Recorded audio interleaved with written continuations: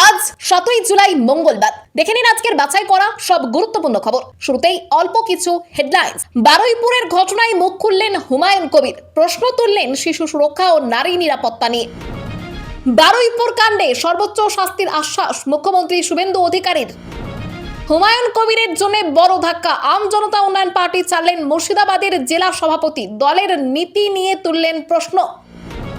প্রসেনজিৎ চট্টোপাধ্যায়ের বাড়িতে গেলেন অমিত শাহ, ছিলেন 15 মিনিট, কি কথা হলো তাদের? এছাড়া রয়েছে আরো অনেক খবর। এবার আসছি বিস্তারিত সংবাদে। বারুইপুরের ঘটনায় প্রতিক্রিয়া জানিয়েছেন নওদার বিধায়ক হুমায়ুন কবির।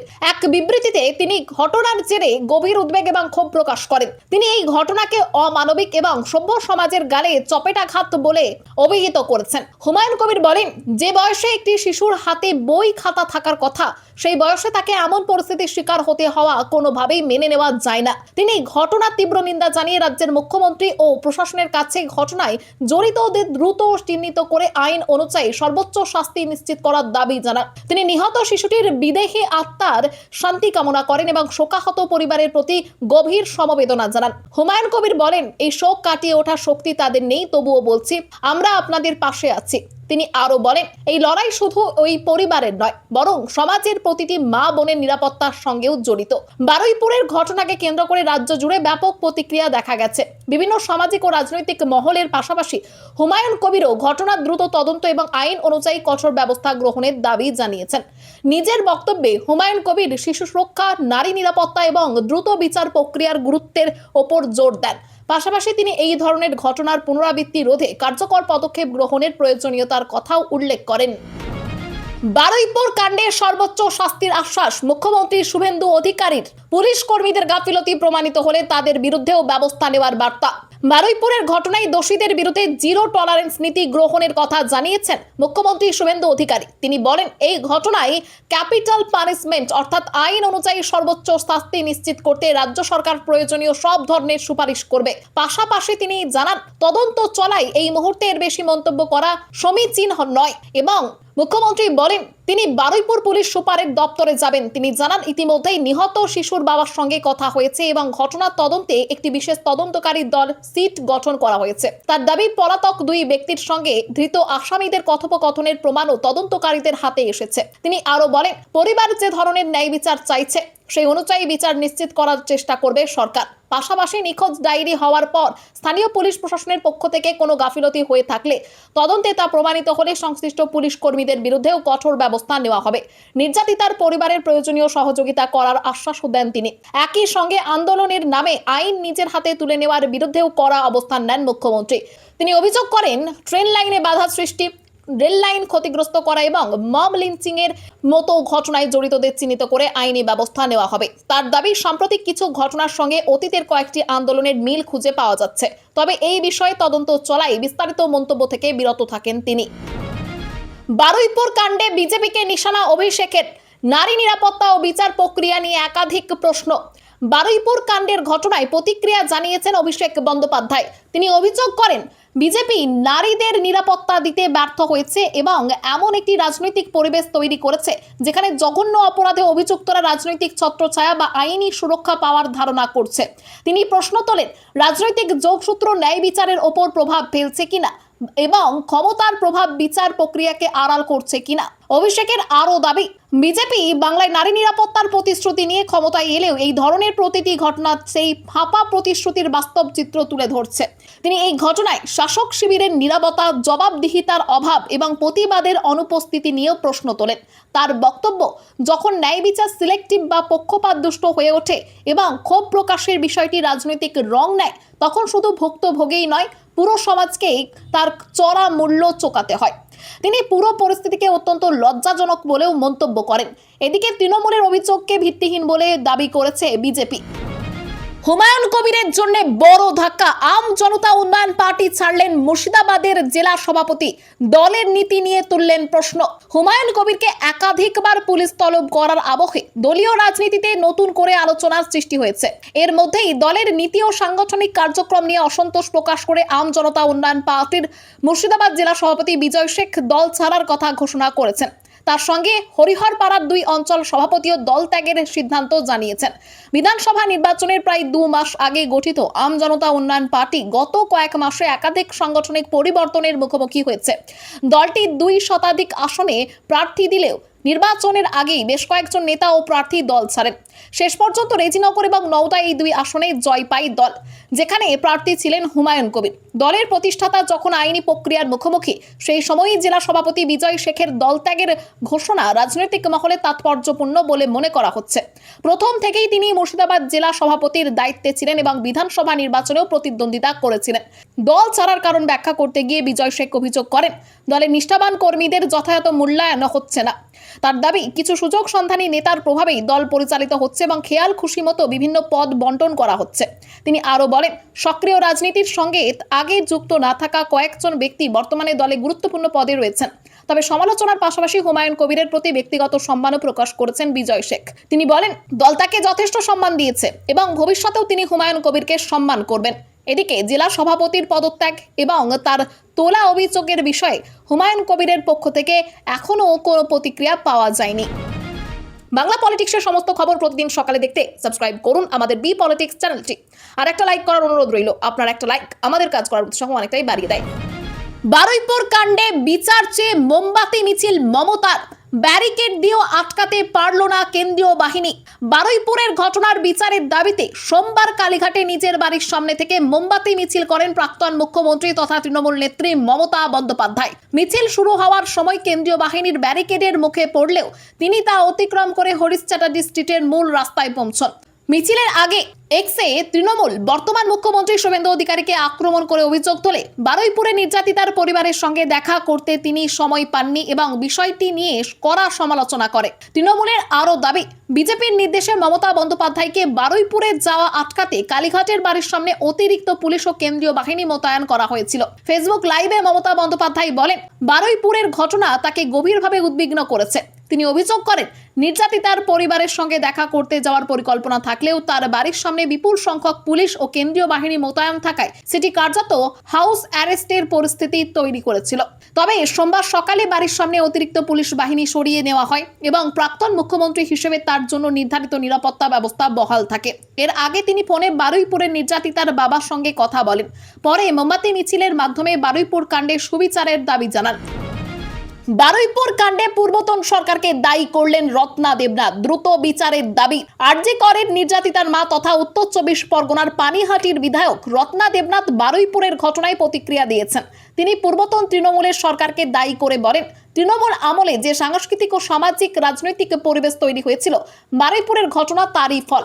তার দাবি, মানুষকে শিক্ষা ও স্বাস্থ্য থেকে দূরে রেখে খেলা, মেলা, জুয়া ও মদে আসক্ত রাখার পরিবেশ তৈরি করা হয়েছিল। রত্না দেবনাথ বলেন, একজন নির্যাতিতার মা হিসেবে তিনি বারুইপুরের শিশুটির পরিবারের যন্ত্রণা উপলব্ধি করতে পারেন। তিনি তাদের সঙ্গে দেখা করে পাশে থাকার আশ্বাস দেওয়ার কথা জানান। পাশাপাশি দোষীদের বিরুদ্ধে দ্রুত ও দৃষ্টান্তমূলক শাস্তির দাবি জানিয়ে বিষয়টি বিধানসভায়ও তোলার কথা বলেন। ভবিষ্যতে এই ধরনের ঘটনার পুনরাবৃত্তি রোধে সরকার ও প্রশাসনকে আরও সতর্ক থাকার আহ্বানও জানান তিনি।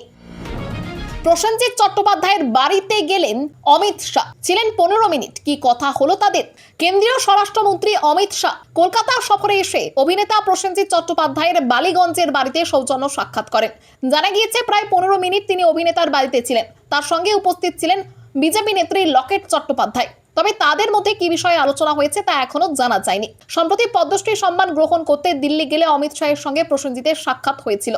সেই সময় অভিনেতা তাকে কলকাতায় এলে নিজের বালিগঞ্জের বাড়িতে আসার আমন্ত্রণ জানিয়েছিলেন বলে জানা গিয়েছে। সোমবার শাহপ্রসাদ মুখোপাধ্যায়ের 125তম জন্মবার্ষিকী উপলক্ষে কলকাতায় এসে বিভিন্ন কর্মসূচির ফাঁকে সেই আমন্ত্রণ রক্ষা করেন কেন্দ্রীয় স্বরাষ্ট্রমন্ত্রী। উল্লেখ্য, পদ্মশ্রী ঘোষণার পর প্রসেনজিৎ চট্টোপাধ্যায়ের বাড়িতে গিয়ে তাকে শুভেচ্ছা জানিয়েছিলেন কেন্দ্রীয় প্রতিমন্ত্রী সুকান্ত মজুমদার ও বিজেপির বিধায়ক রুদ্রনীল ঘোষ। সেদিন তাকে ফুলের তোড়া, উত্তরীয় মিষ্টি ও ড্রাই ফ্রুটস দিয়ে সম্মাননা জানানো হয়েছিল। দিদির সঙ্গে আছি, দিদিকেই ভালোবাসি, মমতাকে নিয়ে মন্তব্য শতাব্দী রায়ের। বীরভূমের সাংসদ শতাব্দী রায় বলেছেন, দিদির সঙ্গে আছি, দিদিকেই ভালোবাসি।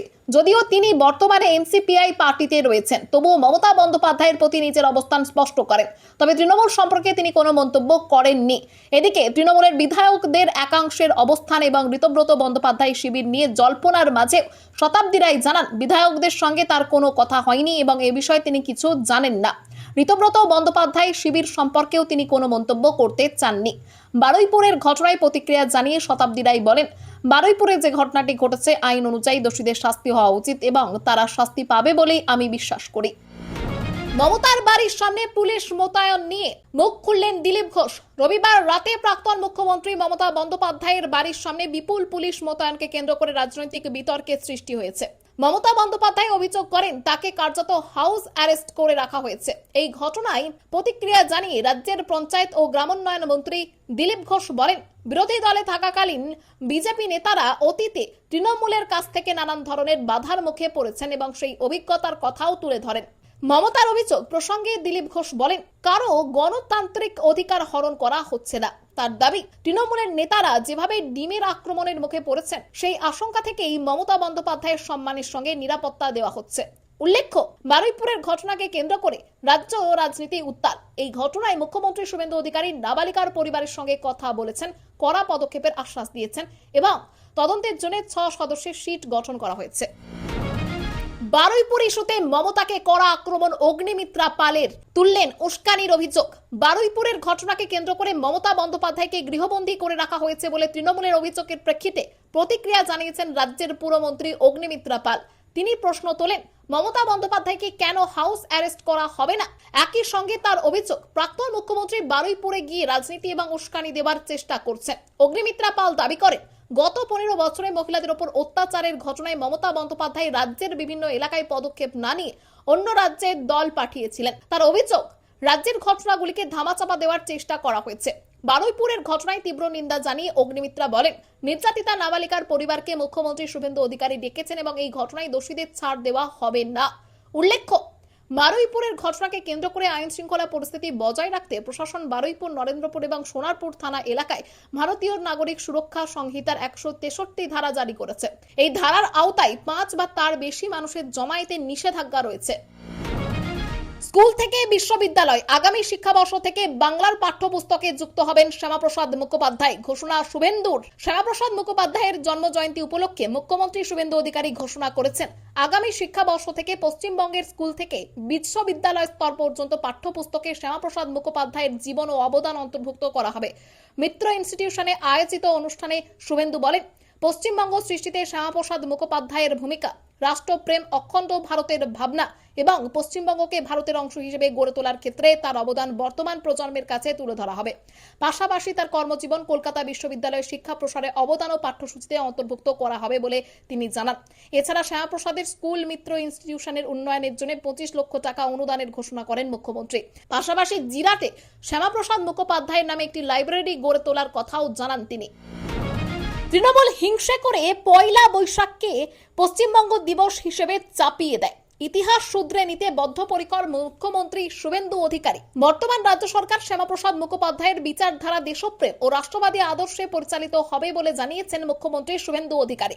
শ্যামাপ্রসাদ মুখোপাধ্যায়ের 125তম জন্মবার্ষিকী উপলক্ষে কলকাতার মিলন মেলা প্রাঙ্গণে তিনি বলেন, প্রধানমন্ত্রী নরেন্দ্র মোদীর বিকাশ ভি বিরাসত ভি মন্ত্রকে আগামী দিনে সরকারের পথ চলার ভিত্তি হবে। মুখ্যমন্ত্রী জানান, অমিত শাহের নির্দেশে রাজ্য জুড়ে সরকারি ছুটি, 10,000 কর্মসূচি, 125 ফুটের মূর্তি নির্মাণ এবং হুগলির জিরাটে শ্যামাপ্রসাদ মুখোপাধ্যায়ের পৈতৃক ভিটেতে বিশ্বমানের সংগ্রহশালা ও স্মারক তৈরির উদ্যোগ নেওয়া হয়েছে। ভাষণে শুভেন্দু অধিকারী দাবি করেন, পশ্চিমবঙ্গ গঠনে শ্যামাপ্রসাদ মুখোপাধ্যায়ের ঐতিহাসিক ভূমিকা স্বাধীনতার পর কংগ্রেস, বামফ্রন্ট এবং তৃণমূল সরকারের আমলে পাঠ্যপুস্তকে যথাযথভাবে তুলে ধরা হয়নি। তিনি আরও বলেন, বর্তমান সরকার সেই ইতিহাস সংশোধনে উদ্যোগী হয়েছে। এছাড়া 20 জুনকে পশ্চিমবঙ্গ দিবস হিসেবে মর্যাদা দেওয়ার পক্ষে মত প্রকাশ করে মুখ্যমন্ত্রী পূর্বতন সরকারের সমালোচনা করেন। পাশাপাশি কাশ্মীর থেকে 370 ও 35 এর অনুচ্ছেদ বাতিলের জন্য প্রধানমন্ত্রী নরেন্দ্র মোদী ও স্বরাষ্ট্রমন্ত্রী অমিত শাহকে ধন্যবাদ জানান। ভাষণের শেষে তিনি রবীন্দ্রনাথ ঠাকুরের কবিতার পংক্তি উদ্ধৃত করেন। ঋতব্রত শিবিরে সামিল হওয়া ডোমজুরের বিধায়কের পোস্টারে জুতোর মালা পরালেন তৃণমূল কর্মীরা। 26 বিধানসভা নির্বাচনে ডোমজুর কেন্দ্র থেকে তৃণমূল কংগ্রেসের প্রার্থী হিসেবে জয়ী হন তাপস মাইতি। নির্বাচনের পর তিনি দল পরিবর্তন করে ঋতব্রত বন্দ্যোপাধ্যায়ের শিবিরে যোগ দেন এবং বিরোধী দলনেতা হিসেবে ঋতব্রত বন্দ্যোপাধ্যায়কে সমর্থন করেন। এরপর থেকেই তাকে এলাকায় দেখা যাচ্ছে না বলে দাবি করা হয়েছে। এই পরিস্থিতিতে ডোমজুর বিধানসভা এলাকা জুড়ে তাপস মাইতির বিরুদ্ধে পোস্টার পড়েছে। পোস্টারে তার ছবি ব্যবহার করে কটাক্ষ করা হয়েছে। ব্যানারটি ডোমচুর কেন্দ্রের সাধারণ নাগরিক বৃন্দর নামে প্রকাশিত হলেও স্থানীয় সূত্রের দাবি এটি তৃণমূলের মমতাপন্থী কর্মীদের উদ্যোগে লাগানো হয়েছে। নাম প্রকাশে অনিচ্ছুক এক তৃণমূল কর্মীর দাবি, তাপস মাইতি কর্মীদের সঙ্গে বিশ্বাসঘাতকতা করেছেন, নির্বাচনের ফল ঘোষণার পর থেকে এলাকায় নেই এবং মানুষের প্রয়োজনে পাশে থাকছেন না। পাশাপাশি রাজনৈতিক মহলের একাংশের ধারণা, জমি সিন্ডিকেট সংক্রান্ত সম্ভাব্য আইনি জটিলতা এড়াতেই তিনি ঋতব্রত বন্দ্যোপাধ্যায়ের শিবিরে যোগ দিয়েছেন। তবে এই দাবির স্বাধীনভাবে কোনো সরকারি বা আনুষ্ঠানিক নিশ্চিতকরণ পাওয়া যায়নি। স্ত্রী, ভাই, ভাইপো, ভাইজি সবাই প্রতিবন্ধী। এক পরিবারের 15 জন কিভাবে পায় প্রতিবন্ধী ভাতা? লক্ষ্মীর ভান্ডারের পর এবার প্রতিবন্ধী ভাতা নিয়েও অনিয়মের অভিযোগ সামনে এসেছে। মুর্শিদাবাদের শমশেরগঞ্জে তৃণমূল পরিচালিত পঞ্চায়েত সমিতির সদস্য অশিকুল ইসলামের পরিবারের বিরুদ্ধে সরকারি প্রতিবন্ধী ভাতা নেওয়ার অভিযোগ উঠেছে। অভিযোগ অনুযায়ী তার পরিবারের অন্তত 15 জন সুস্থ সদস্যকে সরকারি নথিতে প্রতিবন্ধী দেখিয়ে বছরের পর বছর মানবিক ভাতা সুবিধা দেওয়া হয়েছে। অভিযোগের তালিকায় রয়েছেন তার স্ত্রী রেশমা লাইলা, 3 ছেলে মোহাম্মদ আদিল ইসলাম, মোহাম্মদ সাইফ ইসলাম এবং সাজিদ ইসলাম সহ পরিবারের আরো একাধিক সদস্য। স্থানীয় বাসিন্দাদের দাবি, তালিকাভুক্ত সকলেই শারীরিক ও মানসিকভাবে সুস্থ। ঘটনার প্রকাশ্যে আসার পর এলাকায় ব্যাপক প্রতিক্রিয়া তৈরি হয়েছে। প্রকৃত প্রতিবন্ধীরা সরকারি সহায়তার জন্য অপেক্ষা করলেও কিভাবে এতজনের নাম তালিকাভুক্ত হলো তা নিয়ে প্রশাসনের ভূমিকা নিয়েও প্রশ্ন উঠেছে। বিষয়টি সমাজ মাধ্যমে ছড়িয়ে পড়ার পর বিরোধীরা পূর্ণাঙ্গ তদন্ত, দোষীদের বিরুদ্ধে কঠোর ব্যবস্থা এবং ভুয়ো উপভোক্তাদের তালিকা প্রকাশের দাবি জানিয়েছে। তবে অভিযুক্ত তৃণমূল নেতা সমস্ত অভিযোগ অস্বীকার করেছেন। মাছ ধরার সময় পুকুরে মিলল রহস্যময় সিন্দুক, তদন্তে পুলিশ। পূর্ব বর্ধমানের ভাতারের বলগোনা অঞ্চলের তুলসীডাঙ্গা পাড়ায় একটি পুকুরে মাছ ধরার সময় রহস্যজনকভাবে একটি সিন্দুক উদ্ধার হয়েছে।